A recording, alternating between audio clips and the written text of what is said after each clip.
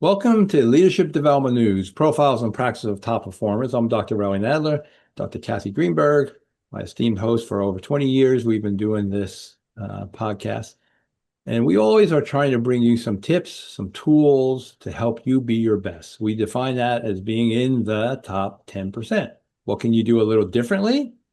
Is there anything that you can do that difference will make a difference? We're going to talk about that from Gregory Bateson. That it goes way back, the difference that makes a difference. So that's these tips, these tools that we are trying to share with you when we interview our great guests. Today, we're going to have Dr. Josh Davis, and the title of this is The Secret to Changing Minds, Including Your Own. And NLP, Neuro-Linguistics Programming, and the Science of Positive Change. So NLP, we're going to take a deeper dive into that. It's been around for a long time. We're going to ask Josh Davis about that. And then he has a book playing on Gregory Bateson's The Difference That Makes a Difference. He's holding it up right now. NLP and the Science of Positive Change. And so I'm excited about that. I've studied NLP in the past and want to see what Josh can bring to us. And some of the aspects that we talk about, why is this such a critical time? Well, one, we have more emotional distress than ever before. You know, all the literature is saying we're more anxious, we're more depressed, we're more overwhelmed, and we need more emotional support. That's number one. Number two, we're not as self-aware as we think we are. You know, some of the data saying we all think, oh yeah, I know my strengths. Oh yeah, I know my weaknesses. When the reality comes, and this is from Tara Urick, 15% of us are really self-aware. So some of this in our show is trying to help you be more self-aware. And what also helps, number three, we're on autopilot. If you stay on autopilot, you stay average. We talk about that in every show. We're all on autopilot for all the right reasons, but not necessarily the best results. And the last part of this, whether you're a coach, whether you're a leader, is can we take time with everything swirling around us, the turbulence that Kathy and I talk about, to have slow thinking? Coaching is slow thinking. Leadership is slow thinking. And so with that, Kat, welcome to the show. Hey, Relly, I'm really excited today to have this conversation with Josh. And again, as you were saying, I'm also a fan of NLP. I have taken courses in that and certainly really believe in a lot of what we do, especially with regard to NLP, is using the power of empathy. And we know Yeah. that the power of empathy is really important when it comes to leadership. We know that leaders high in empathy versus low in empathy impacted work engagement by 76%. And those, who are really good at this are going to help others get better. One of the things we want to talk a little bit about today with Josh will be when emotions are heightened, how do we manage them? How can we get a better understanding of how emotions affect us and what makes us all capable of an emotional brilliance performance using some of his tips and tools and the strategies we love to bring everybody on our weekly show. So let's get started. I'm excited. Okay. Let's jump in. Yeah, I'm going to say a couple things as a highlight. So we know from our 6 seconds that global emotional intelligence scores have declined That's right. for 4 consecutive years. This is another way of saying it, is this emotional recession. And the last thing I'll say, because Josh is going to help us change, that may be you, from the Center for Creative Leadership, which has been around forever, removing one negative energy tie on your team. We all have that one negative energy person, is like adding 4 positive. How are you going to use what Josh is saying to us today to maybe help that person that's an energy drain, Kat, that we like to talk about? Yep. Do you want to, Kat, you want to introduce Josh? Sure, I'd love to. So Josh Davis, PhD, is the international best-selling author of 2 Awesome Hours and a certified trainer and master practitioner of NLP. He earned his PhD from Columbia University, where he studied psychology and neuroscience, two of my favorites. He's the founder and director of the Science-Based Leadership Institute. Previously, Josh was on the faculty at Barnard College of Columbia University, and he's held senior positions at the Neuro Leadership and other leadership development institutes. He specializes in applying NLP. Of course, for those of you who don't know what that is, that's neuro linguistic programming. We're going to talk about that today. And the lessons from science to such topics as productivity, public speaking, communications, and our favorite topic today, which is going to be behavior change. His writing has appeared in Harvard Business Review, Fast Company, and leading business and academic journals, and his contributions have been covered by various major news sources, including the Wall Street Journal, Financial Times, and the Times in London. For more information on Josh, you can reach him at southbrooklyn@gmail.com. I'll say that again, southbrooklyn@gmail.com. And his website is www.joshdavisphd.com. Josh, welcome to the show. Thank you so much. It's nice to be here. There were several very interesting provocations in that introduction. So the secret to changing minds, and so probably some people are wondering what's the secret, right? And let's get into that. And I'd actually like to give that away relatively early, and then I think people will see like, oh, wait a second, I know it, but now let me show me how to do that, right? Then secondly, you're talking about empathy. And I don't know if you've ever profiled or know about Dr. Jamil Zaki. He's a neuroscience professor at Stanford Right. and a couple of like really popular books. And he talks about how empathy actually is something learnable, right? And I Right. think a lot of what we'll talk about today are ways that you can very, very quickly get better at it, right? And it very much is. And then, of course, your work with emotional intelligence, and so a couple of different ways that we can Okay. master our own emotions. A number of things out there, and then, of course, the specific focus on what do you do with a person who's challenging and so forth, and your own stuck emotions. So we'll have lots of rich stuff to All talk right. about. I can give people a definition of NLP too, Yeah. that I think is helpful for understanding why it's helpful. But Yeah, uh, let's get yeah. into all that. But let me first give your other website, and then we're going to ask you kind of some of your key influences. So for your book, the differences that make a difference, NLP, the letters NLPdifference.com. hmm And so we like to start off. So who's been some of your key influences, as we move forward, a little bit of your background. Oh, so um, there's the influences that people may have heard of, like, for example, the title of this book. Oh, by the way, since we were in touch, it has become a USA Today bestseller. So that's great. Wow. Yeah, so this one. So the title of this book is a reference to a famous phrase from Dr. Gregory Bateson. He and the other people who were studied as to create NLP have been great influences on me. So, founder of hypnotherapy, Dr. Milton Erickson and Virginia Satir, family therapist, and Fritz Perls and Gestalt. Uh-huh. So those people. But actually, this is less of someone you can go and observe, but I think it helps uh, kind of show the power of it. My own parents are had until they retired a family therapy institute, and uh, so this is actually this is a moment to kind of give my definition of what NLP is because the story is blended with Yeah, that. yeah. Okay. Should I do that? Okay. Yeah. So we're it's the 1970s, and there are all these new psychotherapies coming online. Uh, Right.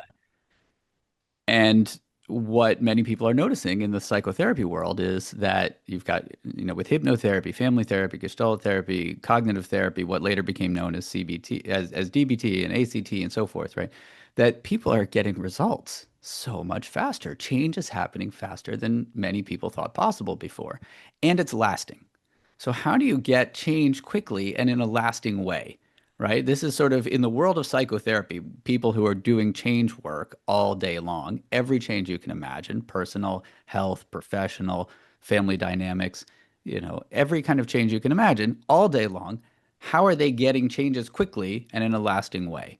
Right. And so this is kind of the question that's on the mind of so many people in the field, including my parents at the time, right? They're in this field of family therapy, and uh, it's my my mom she has two little kids at this point. This is like 1979, and she wants to study what's going on, especially with Dr. Milton Erickson, Oh, hypnotherapy progenitor.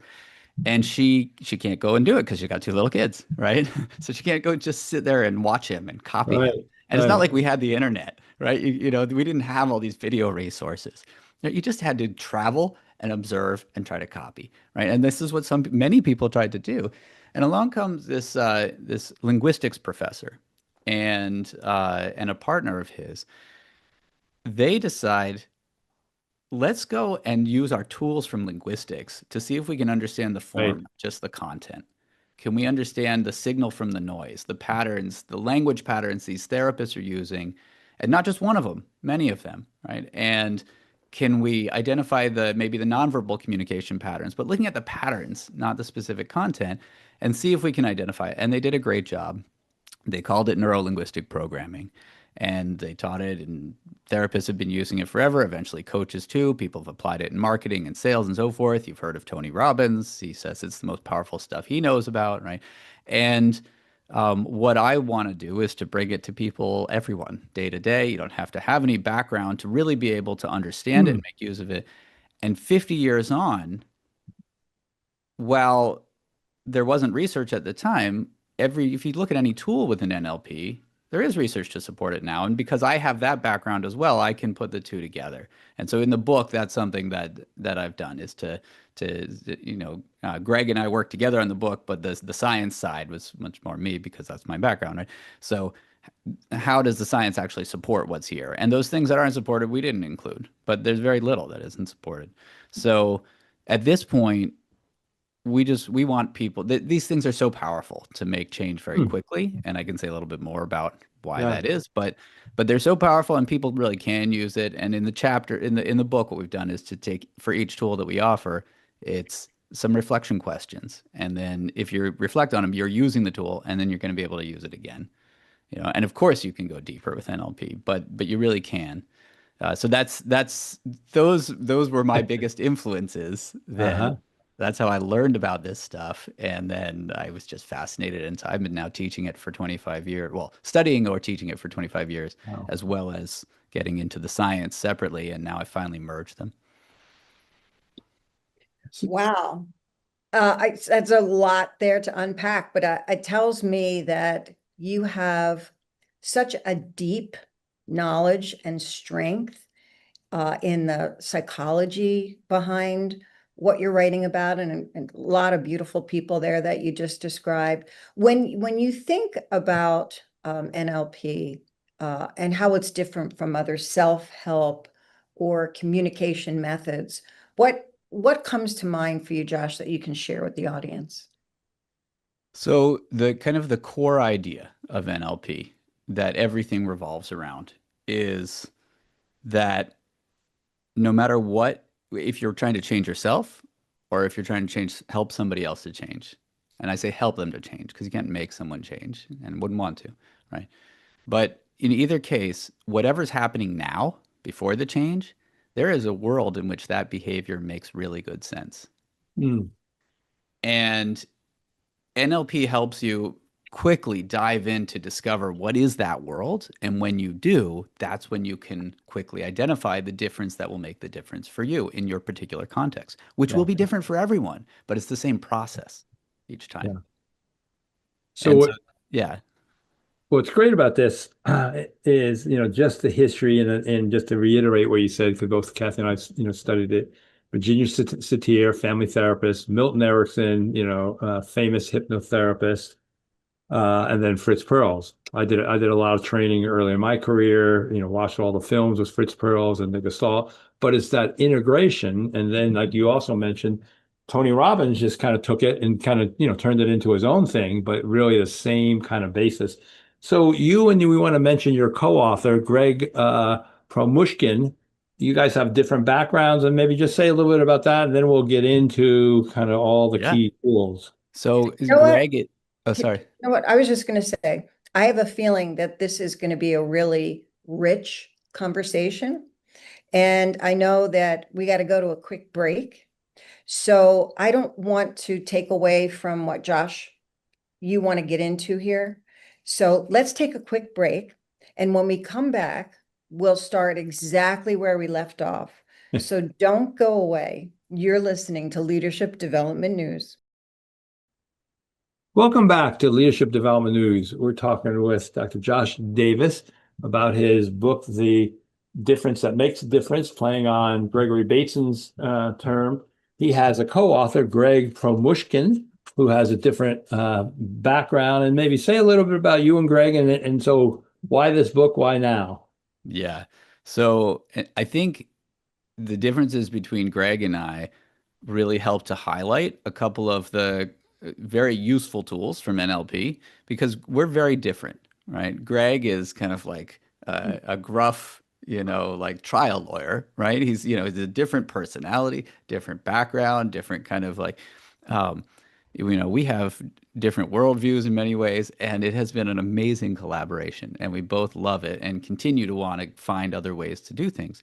I give Greg a lot of the credit. He gives me a lot of credit. So there's something we've done there. We've both actually tried to use NLP to model each other's collaboration skills, to learn how the other one does it so we can do more of it. Um, because remember, I mentioned this idea of there's a world in which someone's behavior makes sense. This is a foundational idea in NLP.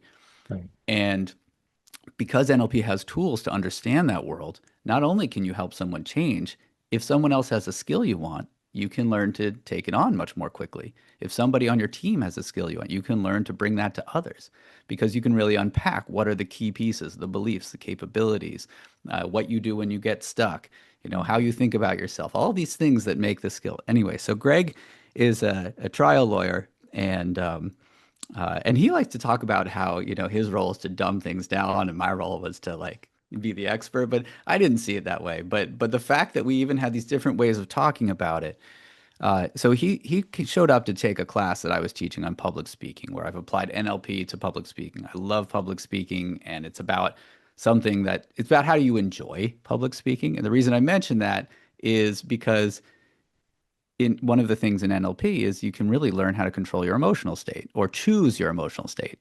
And so how do you actually show up and enjoy something like public speaking, not just get through it, which is the typical approach, right? So I just want to plant the seed that these kinds of things are possible.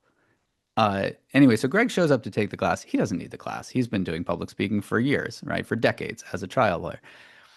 But he likes the way I'm teaching. He shows up, he spots it. There's some things he's really liking about what he's learning. And so quickly, first time we have a breakout where it's just the two of us, he says, "Hey, NLP for lawyers," right? And I was just like, "Oh my God, of course, take the application, put it right there for the people who need it. They don't need to become experts in it. They need to know how to use it, right? For themselves. They're communicating for a living all day." And so then he talks me into writing a book, and then we realize the book is actually much bigger than lawyers. It's for everyone, right? And then, and we're doing trainings for lawyers, certainly, the two of us. But, and I've taken it in my own direction to do NLP for dads because I'm a dad and I love being a dad. And so programs for dads are getting up and Right. running. But we realized that NLP needed to be applied and it needed to be taught in a simple way where people Yeah. who don't have background aren't going to be therapists and coaches I mean it's helpful for them certainly, but in my opinion, but so Greg shows up and he's just got like this way of talking about what's important to include, what people need, why they need it, right? What works for him and doesn't. He's so great about being generous with me and clear about letting me have my lane and telling me, the freedom I've got on a regular basis. And so what this really exemplified for me was, you see, there are these set of foundational beliefs in NLP. We call them the presuppositions. These things we invite you to presuppose are true in all situations. They're not controversial things, but you can learn to actually take them on as core beliefs. And that makes a huge difference. I'll just mention one and you'll Yeah. see, oh, okay, sure, that makes sense. So one of them is this one that I shared, which is that there's a world in which it makes sense. Or in other words, every behavior, you know, has a positive intention, right? There is something positive motivating it. There Right. was some way in which it made sense. Another one is that so I should step back for a moment and just say there's kind of three chunks of tools you kind of learn in the you might say NLP curriculum, right? In the change curriculum, at least the way that we bring it to people. And that's a set of beliefs that create this mindset that enable you to go in and change yourself much more frequently and quickly, as well as help others.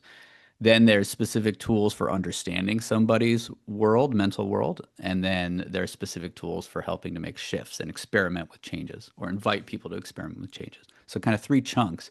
And, so in the book, there's these 28 different chapters, 28 different tools. Sounds like a lot, but Wow. there's these three chunks. And so one of these kind of core beliefs is that uh,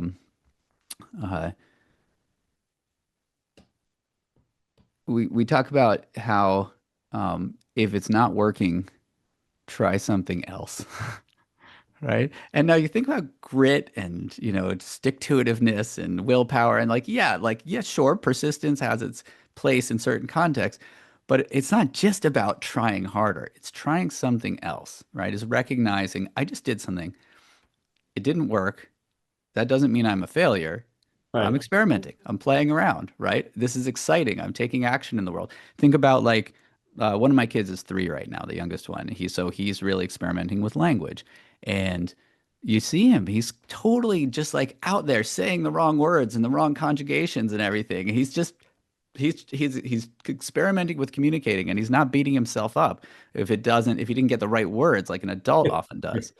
Instead he tries it and it's like, okay, that sort of communicated. It didn't quite, or he got some good feedback and, he learns in a sec. And so then next time he's doing it differently. But that wouldn't happen if he didn't try it first. So Greg here is showing up with something different for me. And so I've learned I have the most to learn and grow if I experiment with that. Yeah. So he shows up with a certain idea or an attitude. It's like, oh, wait a second, he's different from me. Let me show up and really be Yeah. present with this, right? Josh, as you're talking, I'm thinking about something that people often speak to, but they don't necessarily understand. And I think you're touching upon it right now in a different way. There's a central idea in NLP that how we experience the world is not the same as reality, right? Yes. And so a 3-year-old's reality is very different than even a 5-year-old's reality, or a 12-year-old's reality, or a 30-year-old's reality. So, why does that matter when we're trying to change Hmm. ourselves or influence others? Sure, sure. And since you mentioned age and the example of kids, an example came to my mind right away. So, one of my kids was struggling with it was an assignment, had to make a decision, right? Do I do Saturn or Neptune for my assignment? And it's going on. Days are going by. It's like he's still struggling to make this decision, And on the outside, we're like, just pick one, right? Come on. It's like you're going to get the same stuff out of it, right? Just pick one. We're thinking this, and then internally getting a little frustrated, like, come on, right? And in a work context, we have people too who are just aren't taking that step, right? And it's just like, come on already, just do it, just pick one. I don't care, just get going, right? And we also like he would tell us about how he had asked the teacher again what they thought, which one, and so we're imagining the teacher being kind, but also thinking, come on already, right? And so finally, then, and this is it's so funny. This happens. The same story happens again and again. I'm living my life, and then it dawns on me, like, oh, why don't I use something I know from NLP, right? And so it was this kind of idea. So I'm like, okay, wait a second. Let me really get into his mind. His reality is different from my reality. What is his reality? Right. And so part of it, I just started to imagine, but then it led me to ask the right questions once I'm in there because I'm like, well, what doesn't make sense to me? So I'm getting in there and I'm like, okay, wait a second. This is a big decision for him. Like a project that's going to last for weeks. right? This is the only time he's ever so far studied a planet. Like this is the planet. This is his planet, right? He's going to be working on this for a while. Like this is his thing. Like, and so it's like, okay, great. I'm getting that, but I still don't get like, he must have some interest in one or the other. Like what's going on? So then I become aware of what might be, Right. and I become curious. And so this is where I'm saying you learn how to be empathic. Now I know what to be curious about. And NLP gives me some great tools for how to ask questions too. So to notice what to be curious about and how to ask questions. Like how specifically are you going about making this decision? So NLP helps me recognize that there's a decision. Well, that's not a thing. It's actually a verb that's been turned into a noun, a decision. How are you deciding? So I can turn that back into how specifically are you deciding? And I discover he's trying to work out the balance between two values that he really wants to study Saturn because it's so interesting, but he wants to be different from the other kids, and everyone's choosing Saturn, right? So he has this value of wanting to stand out and be different, and then Hmm. this value of wanting to do what really calls to him, And right? how Which old is is he, Josh? How old is he? he's 10. He's 10. Okay. And this is an adult struggle, right? We all Mhm. have these things, but once you Right. get into it, you're like, oh, I get it now. That is a tough challenge. And then I'm able to meet him where he is, right? Which is something that NLP will encourage. And Yeah. of course, with emotional intelligence and empathy, that's what you're talking about. You have to meet someone where they are before you can get them to follow. You Right. go from where they are to where you want to go, not from where you are to where you want to go. So then we're able to say, oh, okay, tough decision. I have some life advice about this kind of decision. Do you want to hear it? Right? Yes, please, Daddy. Right? And then before we knew it, Daddy, I made a decision. Uh-huh. You Which know, did he pick? Saturn. Saturn. Okay, Yeah. because that's where the passion was. Well, and also from the, psychologists talk about the theory of mind, which is exactly what you're saying. It's empathy. How do I get into what their reality is? Yes, but how do you do it, right? Everybody says you should, but how? How do you All right. actually do it? And this is how, All right? right, so go ahead. So you did talk, so let's get into some of the hows, because I think, both Kathy and I, these are the tips and tools we'll talk about at the beginning of the show. And then maybe we can tie that to some of the presuppositions or some of the foundational beliefs. So let's say for that and an example, um, so what will be some of the how questions between Saturn and is it Saturn and Jupiter or Saturn and It was Neptune in this case. Neptune? All Yeah. right. So yeah. Right. So yeah, just as an example. So like yeah. So take us through some of the questions that our audience, or many of them are leaders, but also coaches. What would you Yeah. say are examples? Yeah, yeah. So let's say you've got somebody who's here's a few language patterns that you can start noticing today. Okay. Whoever you are in conversation, I invite you to just kind of notice. Um, so you can do the one I just mentioned, which is somebody says, we have to make a decision, right? Or we need to work on this relationship, right? They're saying something that's like, wait, what? That's not a thing. I can't actually picture that. That's like they've turned a verb into a noun, and it makes it feel stuck, like it's just a thing, right? But it really is a verb. So you just say how specifically, or if somebody says like, this is making me so upset. Okay, wait a second. There's a cause and effect there. How specifically? So you learn to recognize, I don't understand how. That's all you got to do. And then you say how specifically, and you'll figure out how to finish the sentence. So there's one set of And so you're questions. The you're how you're making specifically. more salient the whole situation, which is then a behavior that has all kind of links to it.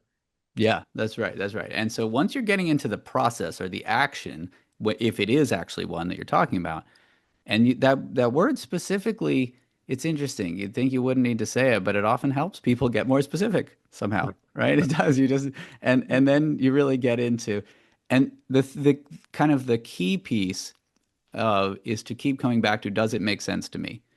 Right? So I'm trying to get into your mental model, imagining if I were you, does it make sense to me? Here's another one. Somebody says, oh God, I really need to get to this, get back to these people, or I really should be getting back to them, right? I need to, right? That often represents a relationship that someone has to the task. You can think of something right now that each of you can think of it, anyone listening or watching can think of it. What's something where you think, oh God, I really need to do that. I should do that. I can't believe I haven't done that yet, right? And just call that to mind. When you hear that, you can wonder, does that reflect a relationship to the task that's kind of limiting, that's making it hard? Is there some limiting belief there that like this is an unpleasant thing and I have to force myself to do it? Because we all know, even if you have to force yourself to do something, you're not gonna, even if you do it, you're not gonna do it that many times. It's not gonna be a habit, right? So you can ask a question like, what would happen if you did it? Because what that does is it moves somebody, it gets them past that point of just being stuck with this thing. Okay, what would happen? And you don't know. Like it might be like, well, actually it wouldn't be such a big deal. Or it would be really hard, but I could survive it. Or it's like, well, it's a risk. Yeah. It's a big risk. Great. Now you've surfaced something to be curious about that you can really get into where you can help. Just that simple question, what would happen if you did? Right? And So that, yeah. it sounds like there's something here about having, as you're saying, I guess in the book, a well-formed outcome. There has to be a relationship to the action that creates an outcome that you're looking to have. Because I think what's happening here, and I just want to help our audience out a little bit. You and Relly come from a different world than I do. I'm a behavioral scientist for special forces and special ops, and I coach law enforcement.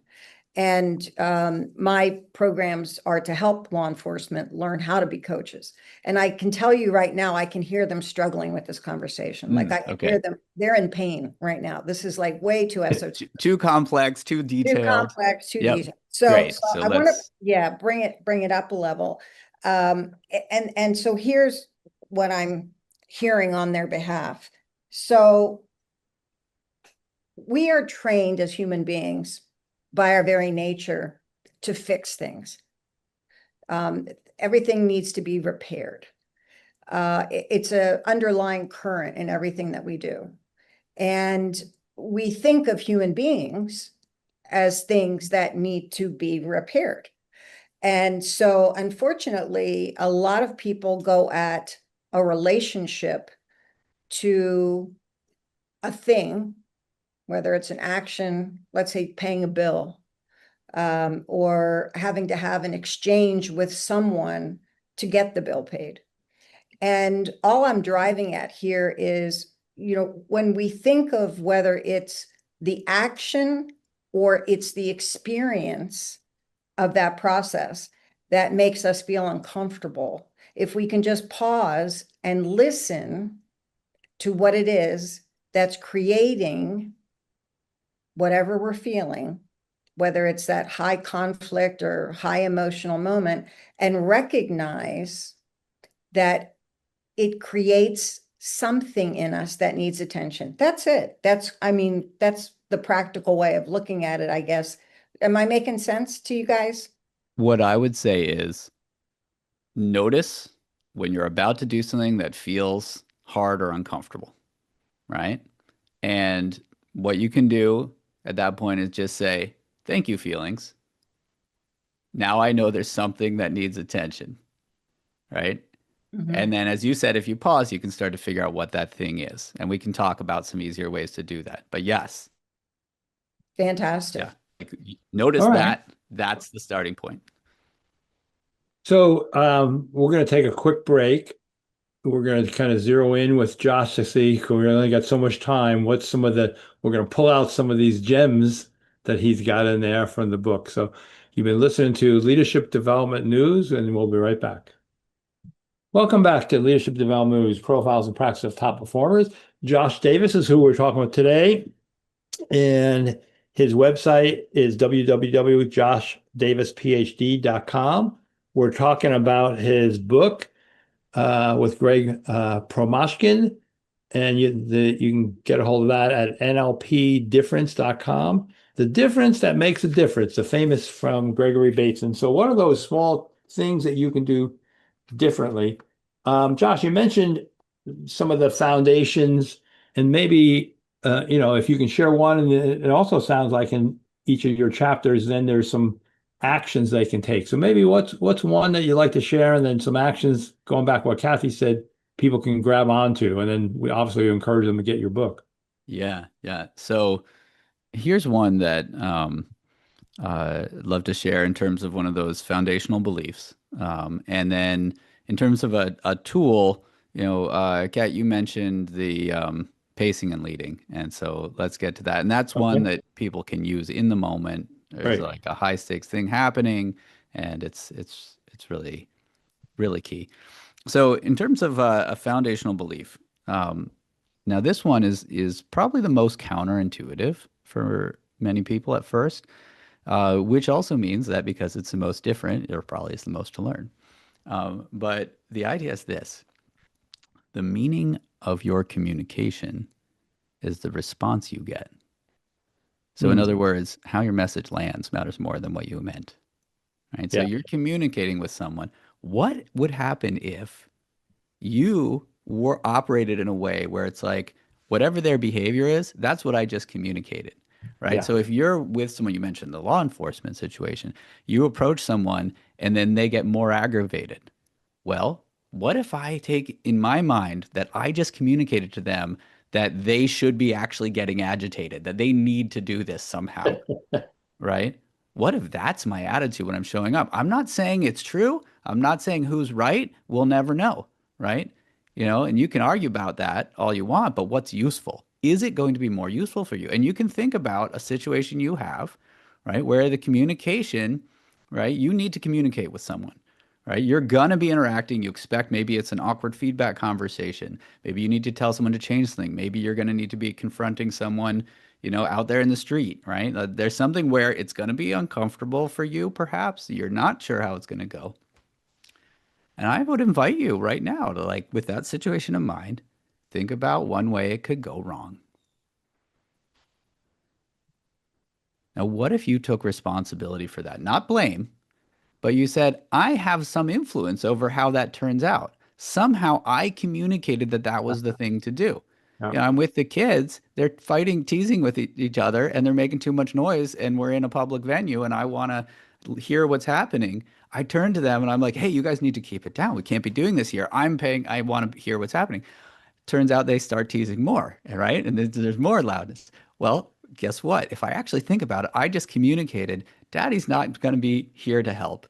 He's focused somewhere else and he's mad. And you both know that when Daddy's mad, he's less useful. So you need to fend for yourselves, which means what? Tease more, right? It's like if I take on that attitude, you can see that there is some very useful stuff to it.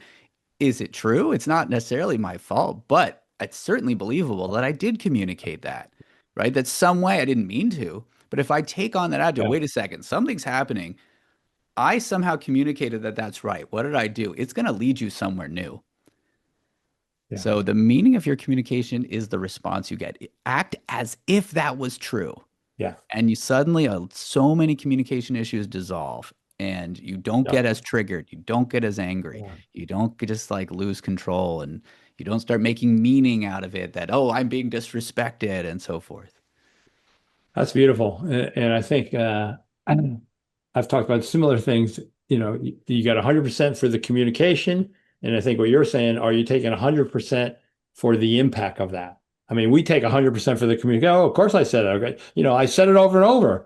But what Yeah. you're saying, what you're And they saying, should take some responsibility too. Of course they should. yeah. But is it useful It to, didn't use it. And right? and so that whole idea of taking responsibility for the impact, not a little bit, but 100%, so that you can make those small differences. Mm-hmm. You said something that I find a little curious, and that is, what's the line? What's the difference between influence and then manipulation? Yeah. Mm-hmm. Yeah. Well, in my opinion, manipulation is when you're trying to make someone do something against their will, Right. right? That isn't good for them, right? I know with kids sometimes it's good for them and they don't, right? So that you might need to kind of set up that construct. But I think that is about the intent. And if you discover that it comes across that way, then it's time to repair that, right? And I do believe you can always recover, that you can always rebuild rapport, you can always recover and rebuild trust. And it may be hard, but you can. If you are manipulating someone, like trying to coerce, get them to do something one time, it tends to be a transactional thing and it tends to break trust and becomes harder to actually interact with them in the future, even if you got away with it the one time. So, it's very rare that we just have these one-off interactions, right? So, if you're feeling like this is manipulative, then I'd pause, notice that feeling, right? Okay, what's going on for me? Is this just that I have wanted to stay away from anything that could be construed that way? Or what do I actually believe, right? Am I helping this person or not? Am I trying to? And ultimately, over time, that does work out. If you are trying to help the other person, you can't change someone. They have to want to Right. do it. Like you can't change their thoughts, their behaviors, anything. They have to want to do it. They have to choose to do it. They have to go along with it. So if you're tricking them one time, they're going to know. They're going to figure it out at least pretty quickly. And that's what I would call manipulation. If you look at the kind of the presuppositions of NLP, I think if you're getting to the point of manipulation, it's not NLP, right? Because you're not following these presuppositions, Right. right? You're not this idea that every behavior has a positive intention, or that I really want to compassionately understand your world, right? Or that I, have full respect for where you're starting from, right? Or that, it's just like all of these things that are just like, that's how you build an open, lasting relationship where you really can help somebody change where they want to change. So if it's manipulation, it's a Right. one-off transactional thing that isn't, I would say it's not NLP anymore. Yeah. Yeah. And often I would say, is it good for the person? Is it good for the person who's communicating it? Is it good for our world? Kind of the three goods, and expand that. It's not going to be manipulation, because in one of them, manipulation wouldn't be good for one of those key stakeholders. Hmm. So before we end, one more kind of key tool that someone could do in their day-to-day communication? Yeah, yeah. So this idea of pacing and leading. Um, so um, in the book, we talk about it as meet the other person where they are before you try to get them to follow you. Yeah. And if you just think in simple terms of like directions, right? I'm trying to tell someone how to get to your house. You can't just say, "Here's my house," right? You have to be able to start. Like even if they just use their GPS, the GPS is saying, "Where are you starting from?" Because that will matter, right? Huh. Unless I know that, I can't tell you how to get there, right? Yeah. So Here's my psychologically, address. It's very simple. Here it is. This is the address. right, It's easy. Just follow the address. Yeah, right. I've been there. And then people are plugging in the address, and what they're not taking into consideration is Right. that a Google will take you one way, the Apple Maps will take you another way. And if you're not specific, very specific, you'll wind up in Japip. And I think what you're describing here is what happens to a lot of people Yeah. Yeah. on their way to a conversation, right? Yeah, I th exactly. Like I might be talking to someone and it's like, that's weird. So, you're telling me that, you really want to, grow your business, right? You're saying like, it's time. I'm at this point in my life. I'm like in mid 50s and like I've had some real success. And, it's like, I want to, it's time for me to just step into it and like make it this bigger thing that's, can run on its own. I'll step back. It's like, okay, you've been telling me that, right? I get that. And I could tell you how to do it. Like, there's all these people who have done it and there's all these steps that people have and this is a well-worn path, but you're not doing it, right? And so, we start getting, well, where are you starting from, right? Okay, so part of it is, well, there are these fears like I could end up losing everything, right? Well, for some people, they enjoy the excitement of the ride, and that's fine. But for other people, losing everything, well, what's everything?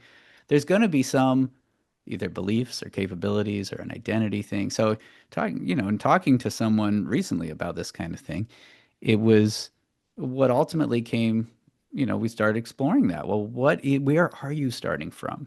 And they're starting from a place of, you know, I am, a good father and a responsible adult because I am stable and I have created, right? And it's like, yeah, well, guess what? Guess why you haven't taken a big risk, right? Because then you'd have to change your identity. But then we don't have to stop there. It's like, okay, in what ways are you a even greater father when you take this risk now, given your current circumstances? Right. And so then we really can, but you've got to address where they're starting from. And you can also, if I can do one more example of this, because this is like in the moment kind of thing. A lot of times people are like frustrated. And the natural thing is to say, okay, calm down, calm down, calm down, right? You got to just calm down. And what do you do when somebody says you need to calm down? Right? It's like you want to explode. And you might be a very well, like emotionally very intelligent person who can somehow manage to control yourself in that moment, but you are mad inside, right? You're not listening. You're not there. Join them. Join them in their experience, in their energy, right? If they're talking loud, join them for a little bit, right? It's actually the opposite of what you might expect to be like, this is really frustrating, right? You don't have to say like, yeah, I'm dumb and I made a mistake if you don't agree, but it's just like, yeah, like you're really mad right now. You feel like this is completely unfair, right?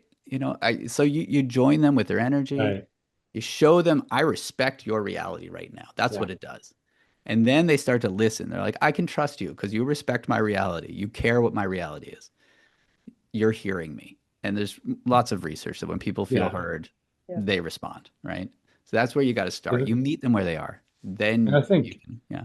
that's that matching and mirroring that NLP kind of, started off. I mean, today we're talking about empathy, but it is Yeah. really tone of voice, posture, all those kind of things, so that in their brain they go, "Ooh, this person's just like me." That's Yeah. kind of, you want that kind of connection, and then yes, you can kind of lead elsewhere. Hmm. Um, Yeah. so Josh, Yeah, you said yeah, there's an AI tool that we want to yeah. get in before we. Uh, Oh, yes. So if I'm not available or Greg's not available to talk to, if you want, you can ask the book. So Greg has created this wonderful tool at nlpdifference.com where you can just say, "Hey, book, I have this situation. What should I do?" Or is there a question I could ask myself? Or how should I approach it? Or however, and it just gives you answers from the book. from the book. So Beautiful. yeah. So have a look at that. And it's on that website. Yep. Okay. Yeah, give us the website again. nlpdifference.com. Cool. Yep. nlpdifference.com. Man, this went fast today. Really Right. fast. Yeah. So we have to unfortunately say goodbye. And gosh, I'm sure we can find reasons to have you back, Josh. This has been fun and I enjoy I would listening love that. to you. Yes. I'm sure it's going to be a test for the audience to really find nuggets for each of the kinds of people we work with out there, whether they're, just the everyday leader and the team member or the law enforcement professional or the legal mind or those beautiful healthcare professionals. But I think there's something for everybody in your book, Josh, and hats off to you and Greg for putting it together for us. Relly, anything you want to add Yes. before we So sign off? we're hoping with our podcast that we now have been doing for 20 years Oh my God, 20 that years. this is a little difference that can make a difference. If you're interested in some more stuff, we have some free tools at my website, drrellynadler.com. Why we all need coaching, which is what Josh is doing, Kathy's doing, and I'm doing. So thank you, folks, for listening in to Leadership Development News. Continue to tune in to tune up your performance.